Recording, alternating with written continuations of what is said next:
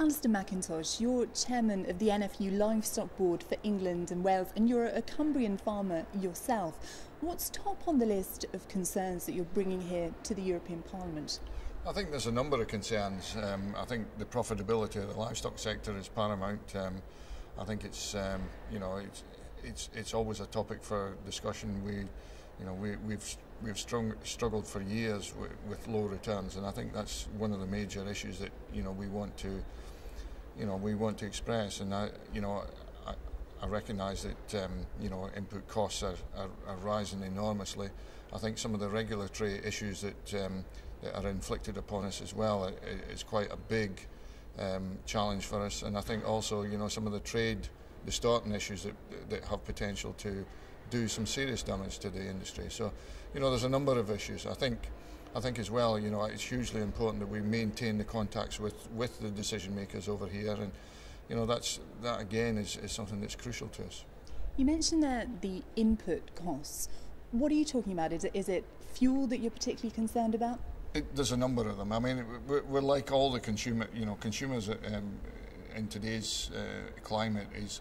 They're suffering from huge increase in fuel, energy, food costs as well. We are the same in the agricultural industry. The fuel prices are rocketing. Feed prices for our livestock is rocketing.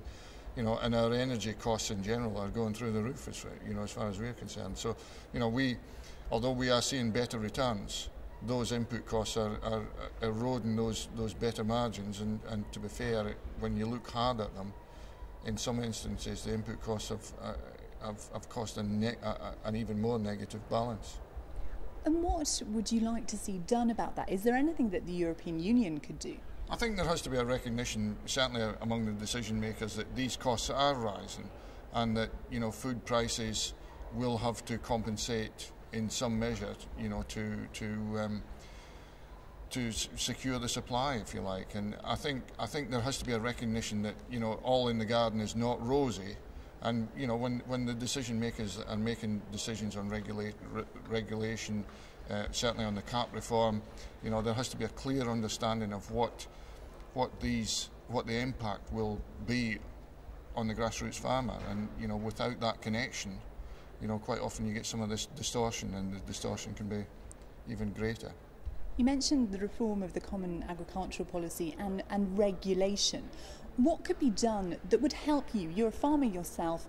What would make things better for you? Well, clearly, I mean, when it comes to the CAP reform, and until we understand what the budget is going to be, it's very difficult to second guess what the CAP reform is going to look like.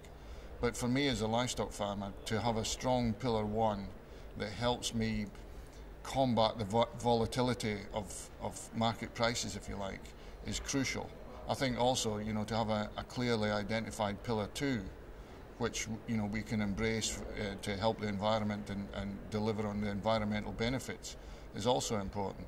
And I think the first instance, before we get into any debate, is to clearly understand what the CAP budget is going to be, what it's going to look like, and try and make sure that we have a robust CAP budget that's fit for purpose, and that's clearly where we would like to be. And when it comes to the regulation, very often, we as an industry see regulation as a huge cost to us. There's a lot of regulation that I genuinely believe is required, and to give the consumer confidence, to give our customers confidence. But very often, you see gold plating of regulation that is sometimes very tough to swallow. And I think going forward, I would like to see farmers being empowered and trusted better, and a more risk-based approach taken to some of the regulation that that has been imposed on us.